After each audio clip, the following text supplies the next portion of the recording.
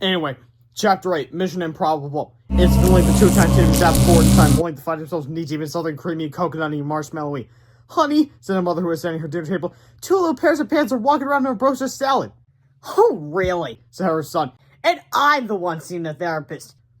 My, how the tables have turned. Now the boys think his mom is crazy. Anyway, Tiny Tibby, slightly younger Tiny Tibby, crawled out of the serving bowl and shook off the pineapple chunks and mandarin orange slices that stuck to their legs. Then they jumped to the floor and slid through the mail slot in the front door. Outside, they could hear the crashing sounds of the terrifying battle between Captain Underpants and Big Tippy. The two Tiny Tibbies ran toward the noise until they arrived at the school's football field. Captain Underpants had just started pulling on Tippy's rubber arms. One by one, the rivets in the robo-suit's thick steel belt began to pop. Captain Underpants yanked and tugged and pulled, and finally the robo-suit tore in half with a terrible clank.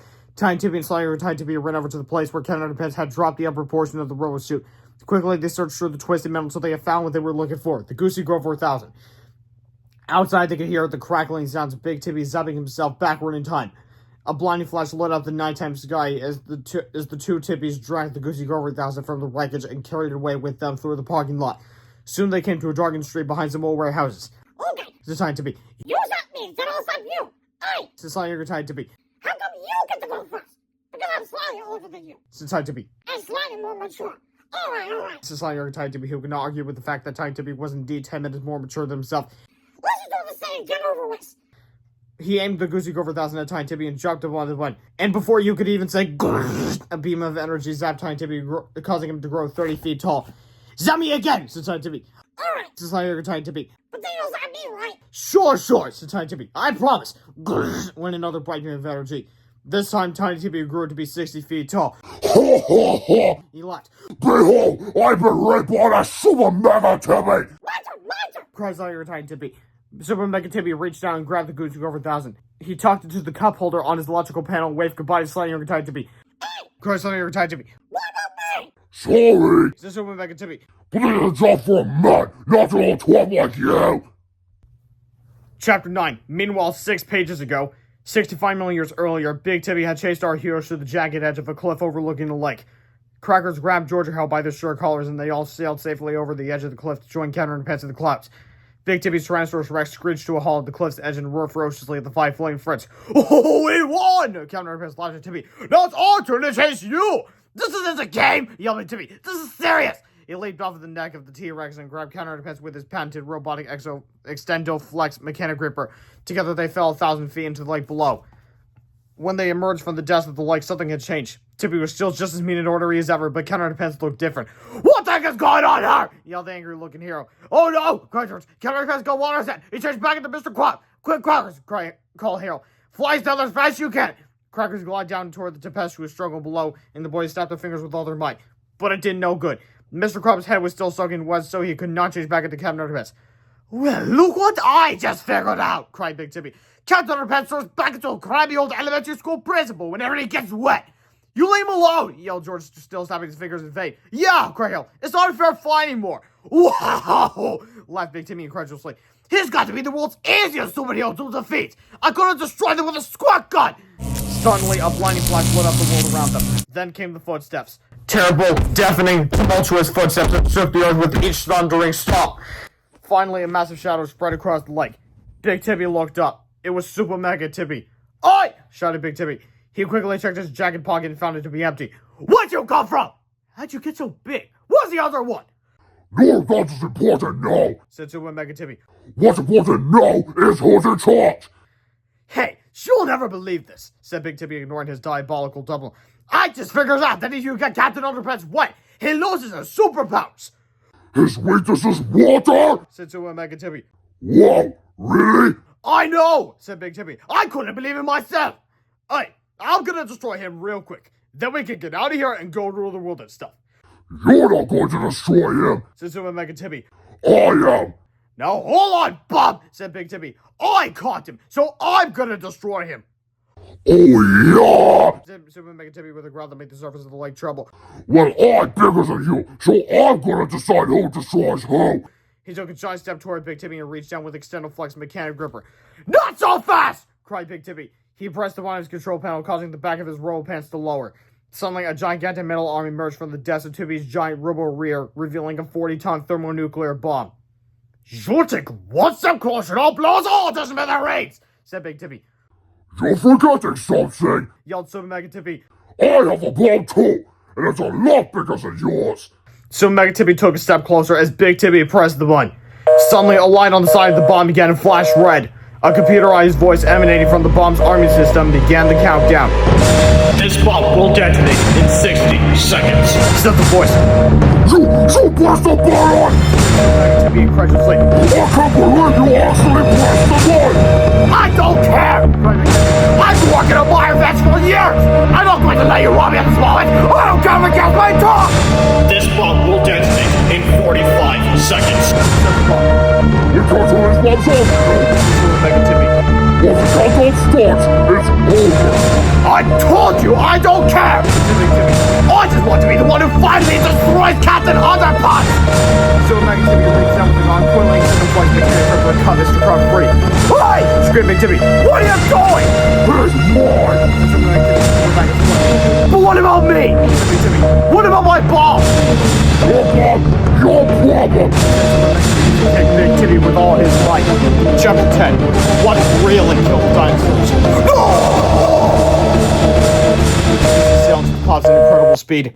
This bomb will detonate in 30 seconds. Said the bomb.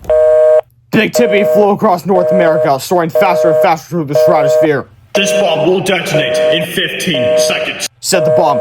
Big Tippy began to lose altitude as he sailed toward the Gulf of Mexico. This bomb will detonate in 5 seconds. Said the bomb. 4, 3, 2, 1. Finally, Big Tippy landed just off the coast of the Yucatan Peninsula with a violently colossal splashdown, as seen below. Pip. Kaboom! A massive explosion that followed low chunk of the earth 15 miles deep and more than 60 miles wide. Terrible earthquake shook the entire planet as gigantic tsunamis and a towering wall of seawater rolling across the continent. What's happening? Cried George. Is that dumb nuclear bomb? Shouted Super Mega Tippy. Is this trigger the start of the Cenozoic era? I'm gonna become extinct if I don't get out of here! Quickly, Super Mega Tippy set his tickle time travelometer for 64,793,216 years into the future and pressed the away we go button. Suddenly, gigantic bolts of lightning began shooting at Super Mega Tippy throw pants as a ball of blue light enveloped him. Quick, crackers! Cried Harold. The thick volcanic gas began blocking out the sun. Fly to the blue light! It's our only chance to escape! Crackers pointing his long reptilian neck towards the crackling orb as the force friend sailed downwards with blinding blue lightning. Chapter 11. 206,784 years ago. A flash of white light filled the mid-afternoon haze of the Pleistocene epoch. The crystal blue lake that had once been there was now gone. In its place were vast savanna plains stretching out to thick forested hillsides and rocky caves. All was quiet except for the sounds of insects and birds and a faint rhythmic drumming far off in the forest. Where are we? Asked George. I think the better question would be, when are we? Said Harold. Super Mega Tippy was surprised to see George handling crackers and Sulu. Well, He said, it looks as like we have 4 stowaways. but what Super Mega Tippy did not realize is that he had a 5th stowaway as well. It was Flying Argentine Tippy, who at that very moment was carefully crawling down to find Super Mega Tippy's shirt. That's too Mega Tippy thinks you can lie to me and get away with it. Said Slightly Argentine Tippy as he jumped onto the control panel. But I'll teach him a lesson he'll never forget. Slightly Argentine Tippy pried up an aluminum vent and slipped effortlessly into the wiry innards of the control panel. First, he reversed the polarity on the emulsifying saucer flange inhibitor. Then he switched the blue and green wires in the reverse and globulating tractum and fractionalizer. Finally, he snapped all the wires to the freezing beam 4000's off button. Laughed Slightly Argentine Tippy. Yes, son, that bitch who uses freezing me 4000 is going to get a big surprise. Meanwhile, the drama outside was getting serious. Super Mega Tippy swatted our heroes as they soared bravely through the Ionian sky. Crackers skillfully swooped and dived and loop-de-looped as the Extendo-Flex mechanic gripper whizzed after him.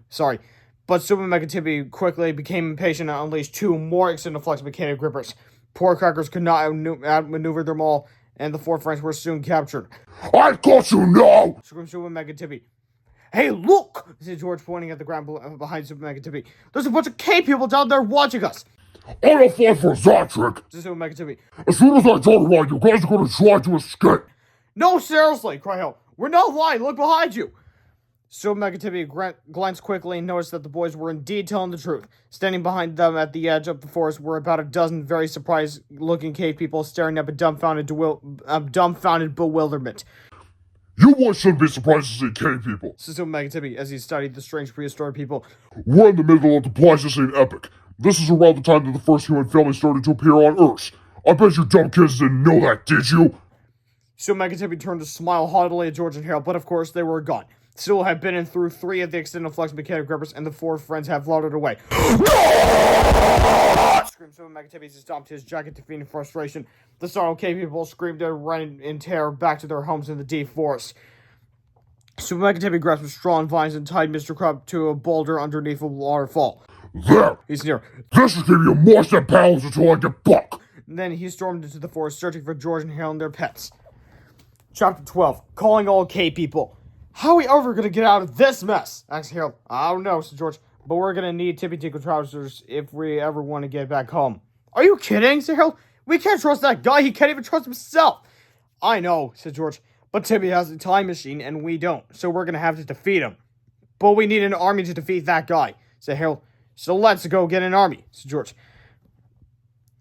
The 4 friends glided above the grassy plains as they followed the sounds of beating drums. Soon they arrived at the forest. The drumming was getting louder. Crackers swooped down and landed behind some bushes near the caves. Just beyond them was the cave people village.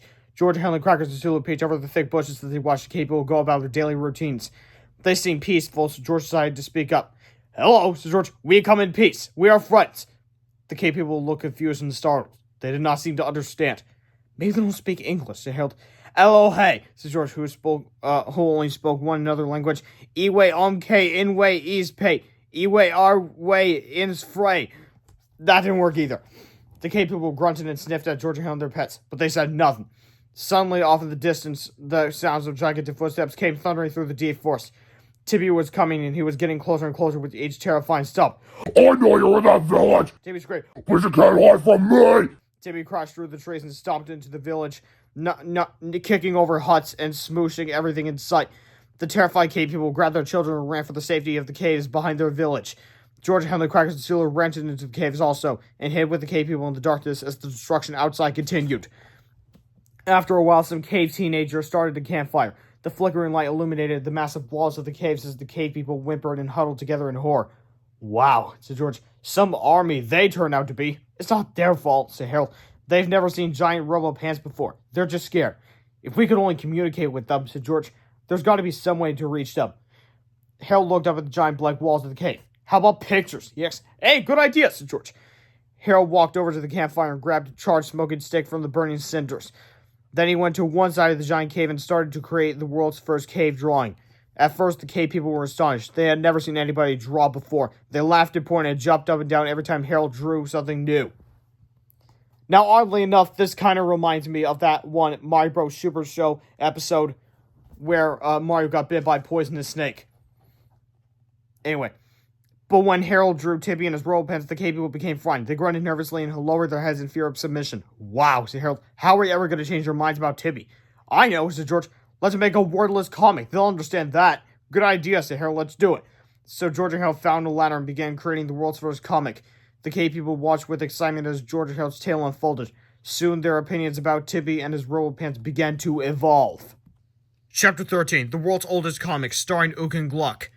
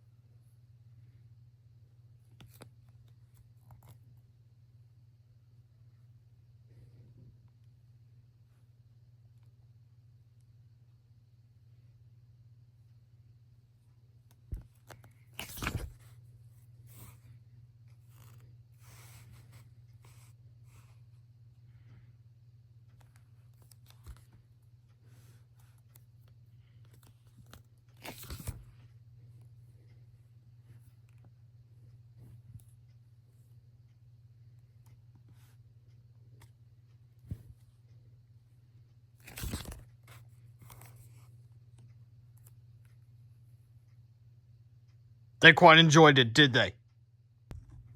Chapter 14, Clash of the Cave People. Once the Cave People read Georgia Hale's cave comic, they stopped being afraid of Tippy and his Underpants. Now they were inspired. Quickly, they divided themselves into groups and began planning their counterattacks.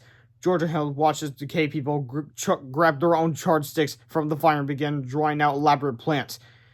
Even though they could only speak in grunts and groans, they all understood comics, and they all knew what needed to be done. Before long, everyone high-fived and sneaked out the back of the cave.